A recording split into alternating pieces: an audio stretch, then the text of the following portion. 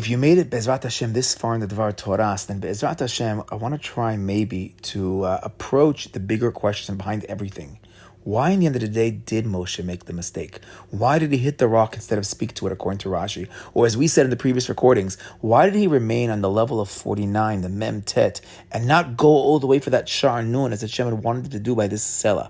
So I want to try to give a couple of approaches that I think can work over here for Moshe's mistake. And then, Bezat Hashem, I want to close with one last approach, which Lanut Dati maybe fits best with everything we said until now. Okay, let's start with Rav Moshe Wolfson. Says Rav Moshe Wolfson in Emunat Itech on our parasha, says that the root of Moshe's mistake stemmed from his greatest character trait, his level of anava, his humility. Says Rav Wolfson that throughout the Torah, Moshe brought forth the numerous otot and the moftim, the nisim, all of the various miracles that took place throughout the last 40 years. He did them through the mateh.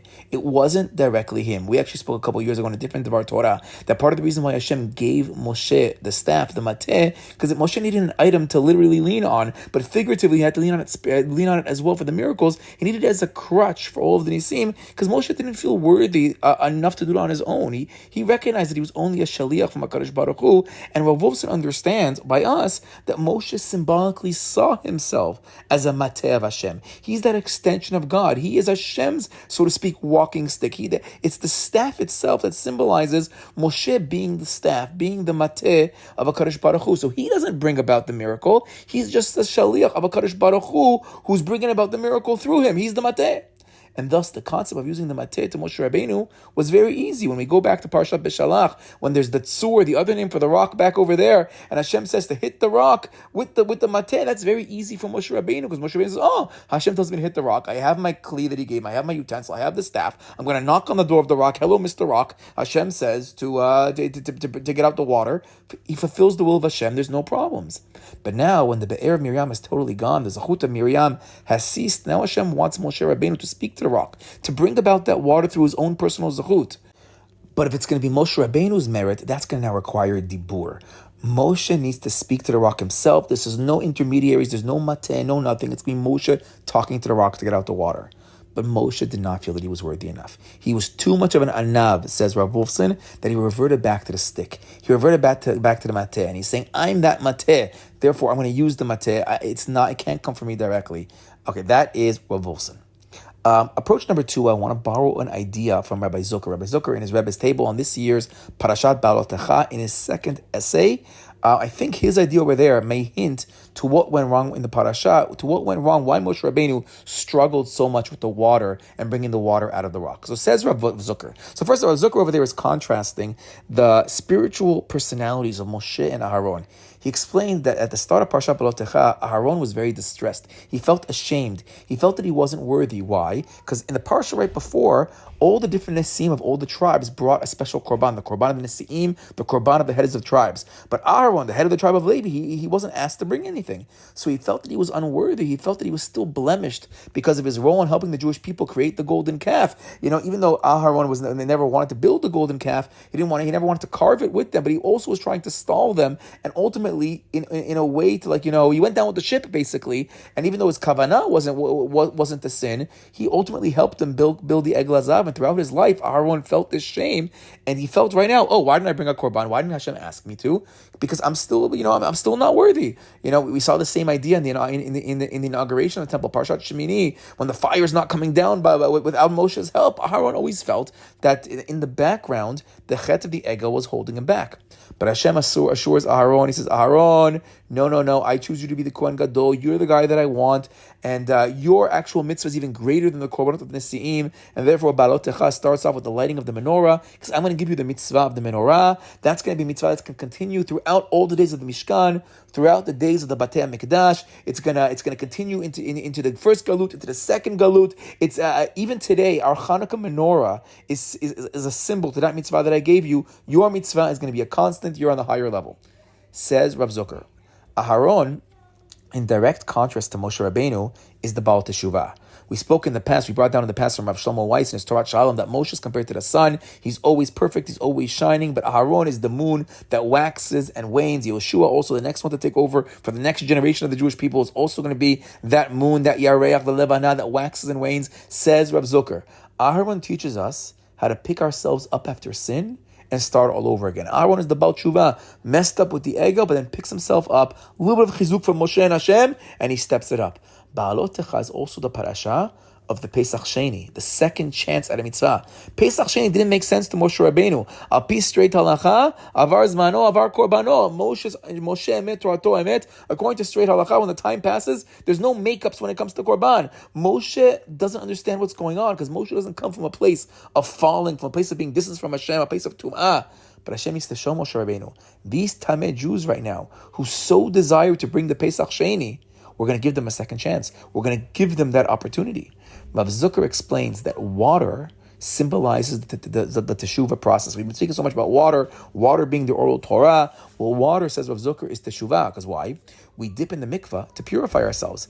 As Rabbi Akiva, the quintessential Baal Teshuvah, he teaches us in the Mishnah, in Yoma Perichet Mishnah Tet, Amar Rabbi Akiva, Ashrechem Yisrael, fortunate are you Jewish people. Lifnei mi atem mitaharin umi mitar etchem. Who do you come before to be purified, and who purifies you? Avichem shebashamayim, your Father in heaven. Shneimar v'zarakti alechem mayim tarim utahartem. As it says, and I'm going to sprinkle the water on you and purify you. Ve'omer mikveh Yisrael Hashem. Ma mikveh meteret atmeim. Af HaKadosh Baruch Hu meteret Yisrael. HaKadosh Baruch Hu, so to speak, is our mikveh. HaKadosh Baruch Hu is the one that purifies us. The mikveh symbolizes the Torah process, the teshuvah process, the key element in our Yom Kippur tefillot.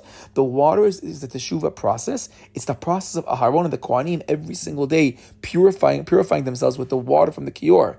But Moshe was different. Says Rav Zucker, the name Moshe means Kimina Mai Mishitu. He was taken out of the water, and he says once he was taken out, he always remains disconnected from the water. Moshe Rabbeinu and water, they don't go together. And then I was thinking, what about the Kriyat Yam Suf? But maybe we can say this is why Moshe Rabbeinu didn't split the sea on his own. As the Midrash tells us that there was an added person that was needed. We needed Nachshon ben Aminadab from the tribe of Yehuda. Yehuda himself, after the whole story of Tamar, Tzadkam Yimeni, Yehuda is known as the Baal Teshuvah. Mashiach ben David messes up, but he steps it up. He does teshuvah afterwards. Yehuda is the Baal Teshuvah. The name Nachshon itself has hidden in its side there the name Nachash, the Yetzer Hara. There's a concept of you need a Baal Teshuvah over, you need the Koch of the Teshuvah, and that's what's going to run in to split the sea.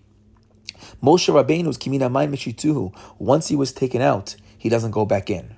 On the other hand, says Rav Zucker, Aharon's name is Aharon. Aharon is the same letters as Nahar Aleph, as the river that flows for the Aleph, for the Lufo Shel Olam, for HaKadosh Baruch Hu. Aharon is the symbol of the water. Says Rav Zucker, Moshe Rabbeinu is the Torah Shebichtav. He's the written Torah. And the written Torah is perfect. If even one letter is missing from a Sefer Torah, the whole thing is pasul. There's a shape, there's a form, there's a constant shlemut, and it must always be shalem. And Moshe Rabbeinu is that symbol of the shlemut.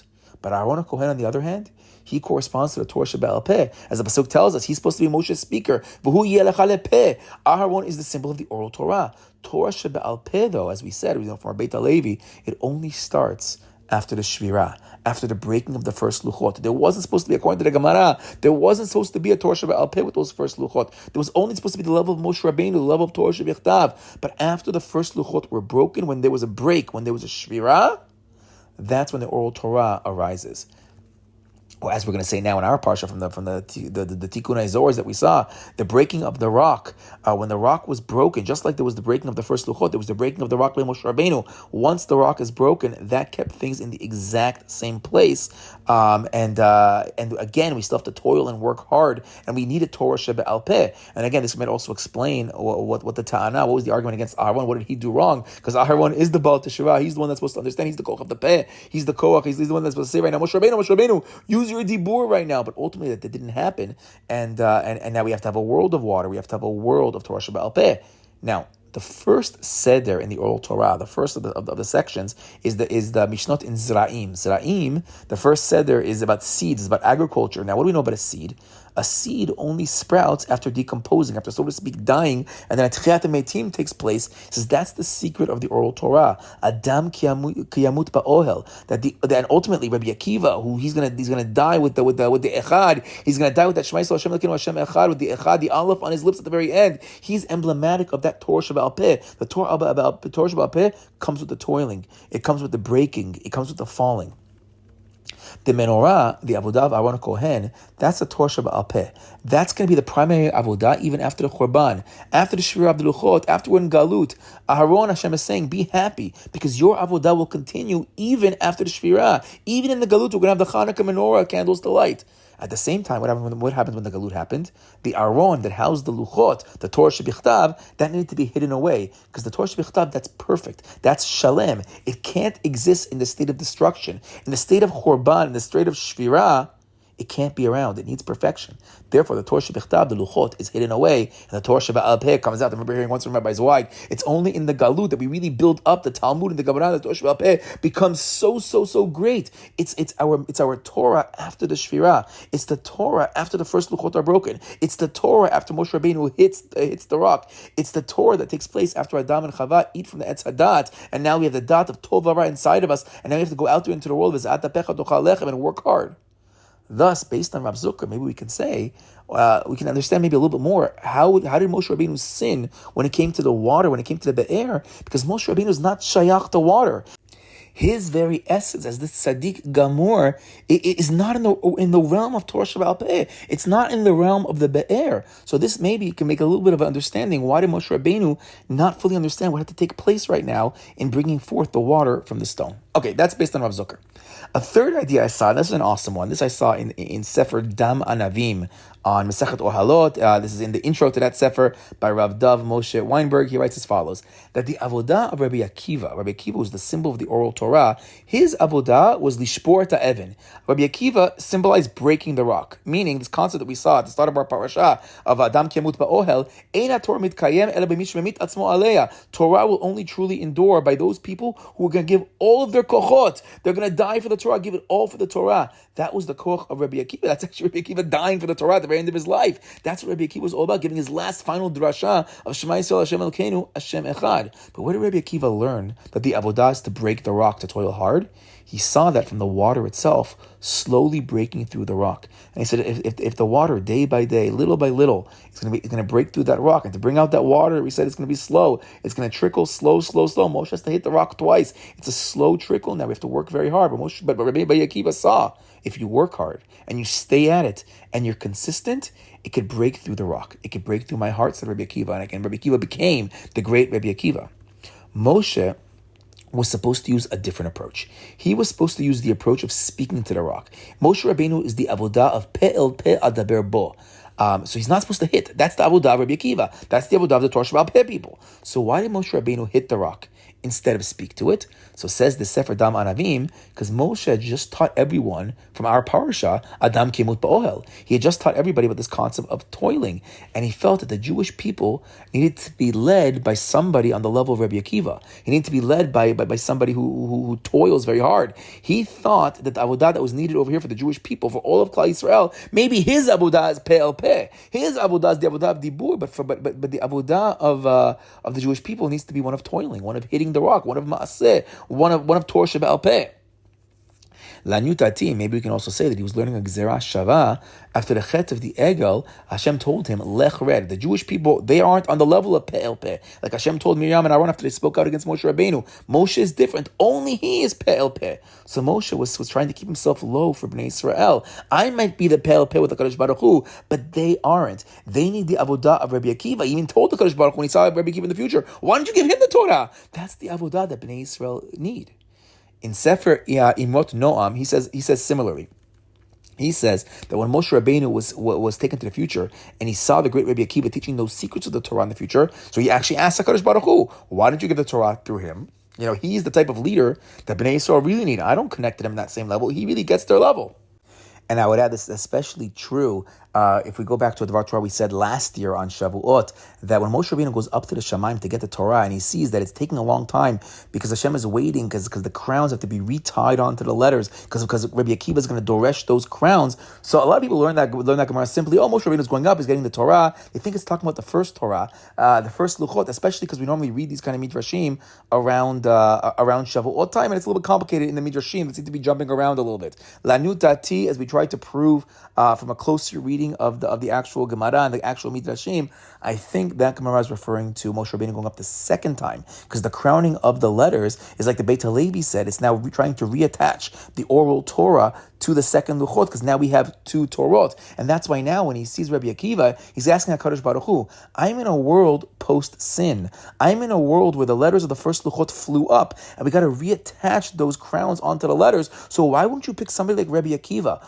Wouldn't he be the better leader for the Jewish people? So if Moshe Rabbeinu sees the Jewish people through that lens after the Egel, so probably in our parasha, when he gets up to the Sela, he's seeing this new generation of Bnei Israel, he's thinking, oh, you know what? We're still post-sin, and they just came to complain about the lack of water. I mean, like, we haven't changed much in these last 40 years. And if anything, we're just a continuation and a lower level generation now. So therefore, the avodah definitely can't be to speak to the rock. It can't be an avodah peh el peh. Rather, what should it be? It should be we have to hit the rock. We have to do the avodah of the lower generation, as we mentioned in the past, the midrash that says, what's the difference between hitting the rock and speaking to the rock? Hitting the rock is for when a person is a kid. Speaking is when they're older. And right now, we have a brand new generation. Again, on the one hand, we've gone through 40 years, and in Jewish history, we're older, but we have a brand new generation all over again. And these are generations that seem to be following a little bit in the path with the complaints and all we see with them. In certain aspects, they're really following the previous generation. So they're still kids, and they're young themselves, literally. So they need to be dealt with on this level of hitting the rock. We lost the level of dibur. He didn't see this time right now as an et ratzon. Now, I saw in the Hakdamat, the Sefer Asifat Shurim on Kiddushin, it's actually fascinating that a lot of these Sfarim are very much Gemara going into Iyun, but in their Hakdamot, in their intros, they give these beautiful ideas about Torah and about water and about all of these stories. So in the Hakdamat to this Sefer, written by Rav Rafal Moshe Luria, so he explains even further that what was Moshe Rabbeinu's mistake? So he says he came from the generation of Yetziat Mitzrayim, of the Dor De'ah. They were the generation of the Da'at. They had a deep connection to the higher parts of wisdom.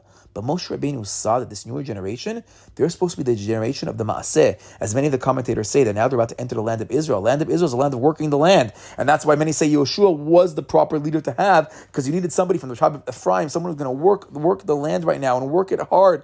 And we now became a generation of Ma'aseh. Thus he said, for me to hit the rock right now, that's the avodah of this new generation. He says, I'm shayach to the generation of the Da'at. I'm the Dor De'ah, but they're the generation of the Ma'aseh. So I have to do a Ma'aseh. I can't speak Dibur. That's from Da'at. You speak about what you think, what comes out. I need Ma'aseh. I got to hit the rock.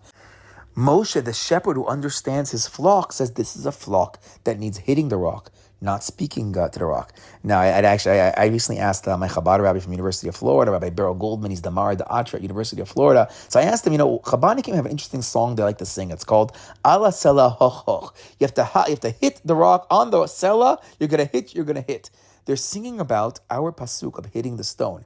But hitting the stone was a mistake. We see that Kadosh Baruch Hu got upset. So I was wondering, at least sing ala tzur hach. A tzur, that was the first rock back in Parashat Beshalach. The tzur rock, that Hashem said to hit. But the Sela rock in our parasha, you're not supposed to hit. You're supposed to speak to. So why are they singing ala sela hach? Why are they singing hit the rock? So my rabbi sent me a link to a Dvar Torah that said Moshe Rabbeinu saw that indeed the Jewish people of that generation needed the Maaseh of hitting the rock, that their level was the level of Maaseh. But and despite him not fitting into that level, meaning he was of a higher level, he was of this level of Dibur Peh El Peh, he was again following Hashem's advice of the Lech Red, go beyond their level. Thus they sing, the Chabadnikim, they sing Ala Sela Hachach, because what does that symbolize? That symbolizes the teacher who has a desire to give up some of his greatness to be with his students. We'd mentioned that Aharon did a similar thing by the Egel HaZahav. So here we have that Moshe Rabbeinu as well. I have to lower myself to be on their level. And this concept of the rabbi lowering himself, that's the concept of Ala Sela Hachach. And that's something to praise and to sing about, because from our perspective, even though Hashem has his perspective, from our perspective, that's our rabbi, that's our Rebbe, that's our Moshe Rabbeinu, who wants to be close for us, who wants to fight for us, to always be our defense attorney, to come down to our level, to be with us. And we know when Moshe Rabbeinu did this the first time, when he broke the first luchot, and at that point, as we mentioned in our Shavuot Divrei Torah, he was canceling the marriage to Hashem, as the Egel was seen as adultery, it was idolatry. So he was canceling the marriage the Jewish people had with HaKadosh Baruch Hu by breaking those first luchot. And the first luchot were the first luchot that we've been talking about. But in that case, Chazal tell us that Hashem said, you're right, he was maskim. Yasher kochacha, good job on breaking those first luchot. But says this Rav Rafal Moshe Luria, that might have been over there by the first luchot, but over here by the Sela, there was a mistake on Moshe's part, because ultimately HaKadosh Baruch Hu says, you guys had the opportunity to make a big Kiddush Hashem and you didn't do it, and therefore I'm going to punish you. There was an opportunity, says Rav Moshe Luria, for Moshe Rabbeinu to uplift this generation and turn them into a Dor De'ah. It would have been Dor De'ah 2.0. So it's true, right now they're on a lower level. Right now they're the level of the Ma'aseh. But Moshe had the ability at this moment to change them. Moshe had the ability to uplift them, to make them a Dor De'ah as well. And that was the mistake of Moshe Rabbeinu. Okay. Lanyutati, I want to try to add one last approach, one last chelek into these divrei Torah of what might have gone wrong. And this is going to take us back to the story of the four Tanaim who went up to the Pardes based on all that we said until now. So when the four go up to the Pardes, says Rabbi Akiva, he warns them, he says, guys, when you get up there, you're going to get up to the Shaish Tahor, that Evan Shaish Tahor, that holy pure stone on top. When you get there, don't say Mayim. There's no duality. There's no memtet tahor, memtet tameh. If you say Mayim, that is sheker. It's lies. And there's no place for sheker in front of HaKadosh Baruch Hu. Says the Tikkunei HaZohar, this is Tikkun Pei. There's a very similar text to this Gemara in Chagiga with the warning, but it adds one more point. It says that if you do say Mayim, what's going to happen? It's going to be dangerous. It's going to be a sakana. The Amar Rabbi Akiva leTalmidoi, Rabbi Akiva told the students, Keshetagiu le'avnei shayish tahor. When you get up to that avnei shayish tahor, al tomru Mayim, shema tesakenu atzmechem. Because it can be dangerous. If you get there, you say Mayim. If you don't do it correctly when you get up to that stone, it's dangerous. And we see that it's only Rabbi Akiva who makes it up b'shalom. Hashem had earlier told Moshe Rabbeinu, Lech red, go down from your level. Your level is Mem Tet. Your level is 49. Could be that Moshe Rabbeinu now was scared to use his dibur. He was scared of speaking falsehood. As Rabbi Akiva says, if you say something incorrectly, it's a sakana. It's dangerous. We spoke earlier this year in Parshat Shemot. There's a three-way machloket. If Moshe was wrong or not when he hid himself from Hashem, when he turned his face by the burning bush, by the sneh boer, was that the right thing? Was that the wrong thing? Three-way machloket to understand what took place over there. But we see that Moshe Rabbeinu always had this fear. He always had this fear of going too far, of seeing too much. And there was that one time when Moshe finally had the courage to say to HaKadosh Baruch Hu, can I finally see you? Can I see your front? After the Chet HaEgel, when he brought about that great teshuvah for the Jewish people, he thought, maybe now I have a moment. Maybe now I've reached a level where I could see more. And Hashem tells him, he says, Moshe Rabbeinu, you're not allowed to see my front. You can't see my front side and live. I saw in Sefer Hashemesh B'Gvurato from Rav Menashe Simcha Friedman, he writes that when Moshe asked in Parshat Kitisa that Hareini na et kevodecha, Hashem, can I please see your glory? Can I see your kavod? Says this Sefer Hashemesh B'Gvurato. Bikesh lasig gam sharanun. What was Moshe asking at this point after the Chet HaEgel, after the tshuva took place? He's saying to HaKadosh Baruch Hu, can I please get to the sharanun right now? And Hashem responds to him, Ki lo yareni ha'adam v'chai.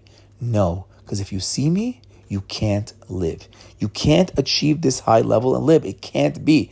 Actually, if you take this idea, if you want to take kavod and you want to take chai and put it at the same time, these two words don't go together because the word chai is gematria 18. The word kavod is 32. 32 plus 18 is 50. Hashem is saying, Chaim, chai, and kavod, podecha, you can't put those two together. It can't be. So Moshe Rabbeinu understands, he realizes the danger of going all the way up to the Pardes, going all the way up to the Sha'ar Nun. These two can't coexist. And that was his fear. His fear was in his dibur. It was in his speech of what's going on. What is he thinking? What's happening at the cellar right now? He understands the sakana and he chooses to take a step back. I'm not going to do it. I'm not going to go for that Sha'ar Nun. I'm holding myself back. And maybe we can prove this is really what's going on from a perplexing Balaturim. I read this a couple of months ago in Parshat Va'era, and there's a massive kasha on the Balaturim with Bezrat Hashem. I think now we can answer it. Okay, if we go back to Parshat Va'era, we have the second plague of the frogs, Sfardeya, and we learn about the great Mesirut Nefesh of the frogs, that Hashem told them to go everywhere, and they went everywhere. Vayomer Adonai Moshe, Emor Aaron, Atei Yadecha b'matecha. Hashem tells Moshe, tell Aaron, take your hand, take your staff, and take it out, ala ne'arot, ala yorim, ala gamim, take it out over all the waters, ve'ha'al et hatzfardeim al eretz Mitzrayim, and bring forth the frogs, ve'ha'al, bring them up all over Eretz Mitzrayim. And the Pesukim go on to say, and the frogs went everywhere. including into the tanurim, including into the ovens. The Mesirut Nefesh of the frogs, they won't even die for Kadosh Baruch Hu. They went everywhere, even into the ovens. Says the Balaturim. Unbelievable Balaturim. Veha'al. Pasuk says, bring up the frogs. Veha'al bet b'masora. There's twice in the Chumash, we have this language. In our tradition, in the Torah, we have it twice.